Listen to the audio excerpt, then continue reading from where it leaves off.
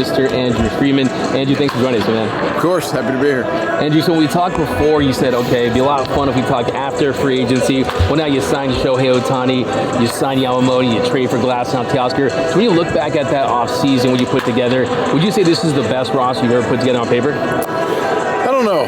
I'm not good at comparing teams because I don't spend any time really thinking about it.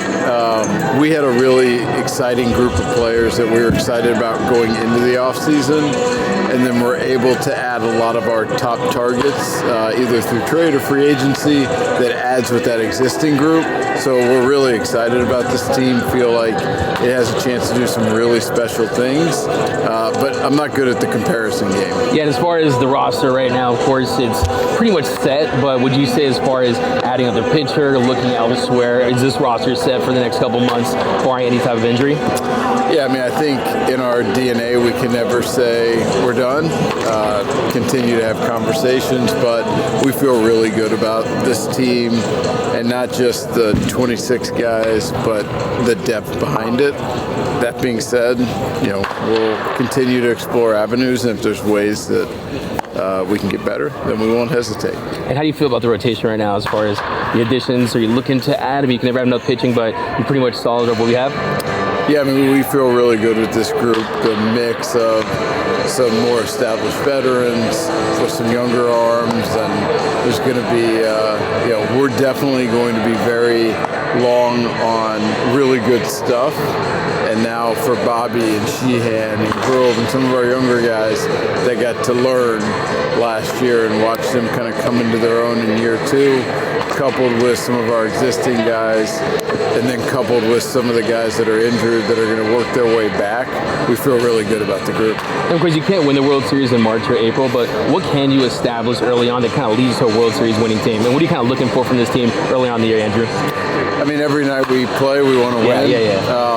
I think for us, we kind of bifurcated into regular season. We want to do everything we can to win our division and put ourselves in the best position to accomplish our ultimate goal, which is to win a championship. So it's about how to make sure, injuries and how we're staying on top of our guys in terms of health and doing everything we can to keep them in position to go out and help us win games and hopefully be really strong going into October. Also, as far as the shortstop spot, we talked about it a couple months ago, how confident you were in Gavin Lux moving forward. Do you still think the best thing for this team long term is that he is the everyday shortstop? I mean, right now we're so focused on the now. We are very confident that he possesses the abilities, coming off a major knee surgery, and there's just more emphasis on how connected your body is to make the throw from short. And second, it's easier, it's less pressure on that. But coming off a major knee injury and we weren't synced up yet. We didn't have much time to go until we started, so we did that for now, and we'll evaluate as we get into the offseason next year. And if you talk about how impressive it is Mookie Betts, I mean, Gold Glove right fielder, goes to second base, now he plays the shortstop position. Let's talk about Mookie as an athlete, and do you think he can be that long-term everyday shortstop for the entire season?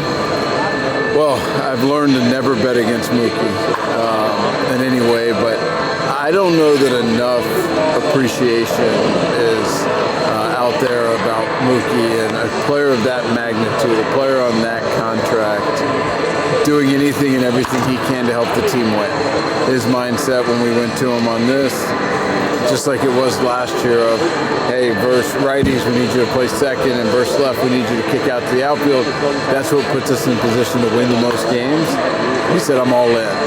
You don't find many players like that, just the selflessness and how much that permeates our whole organization. I think it's just not fully appreciated, but the athlete and the desire to win are so incredibly high, and I definitely wouldn't bet against him. Last question, Andrew. So Dave Roberts, he's managed a ton of superstars, had a lot of success. Why is he the perfect manager for this group of guys? Just consistency, communication, consistency.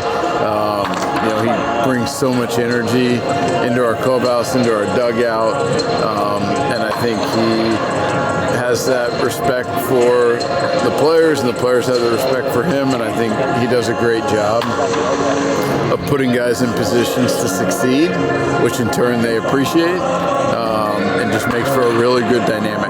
Awesome. Thank you so much, Andrew. Appreciate it. So I'm not going to show you a picture of Roki Sasaki in a Dodgers uniform like I did with Ohtani, man. Thanks, Andrew.